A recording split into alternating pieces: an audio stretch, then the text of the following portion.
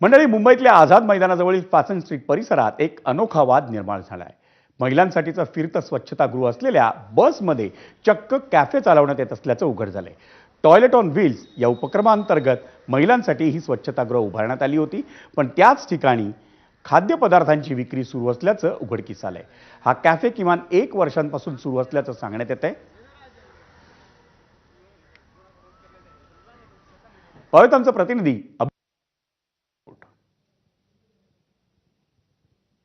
माझ्या मागे उभी असलेली ही जी बस आहे ती स्वच्छतागृह आहे की कॅफे आहे असा प्रश्न सध्याला निर्माण झालाय.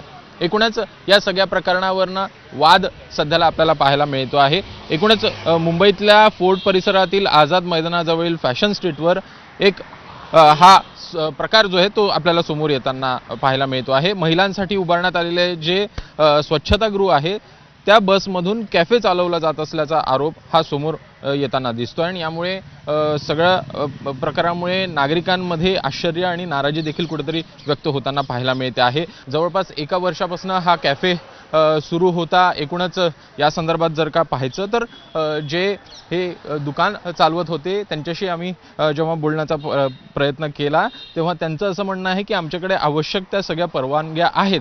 राहुल नार्वेकर यांच्याकडनं एक पत्र मदतीसाठी लिहिण्यात आलेलं होतं. मात्र जेव्हा राहुल नार्वेकरांची बाजू आम्ही जाणून घेण्याचा प्रयत्न केला तेव्हा राहुल नार्वेकरांनी देखील सांगितलेलं होतं की या संदर्भात आपण परवानग्या दिलेल्या नाहीत किंवा आपला संबंध नाही आहे. अशा प्रकारचा वापर जर का आपल्या नावाचा होत असेल तर ते चुकीचं असल्याचं देखील त्यांच्याकडनं बोललं जात आहे.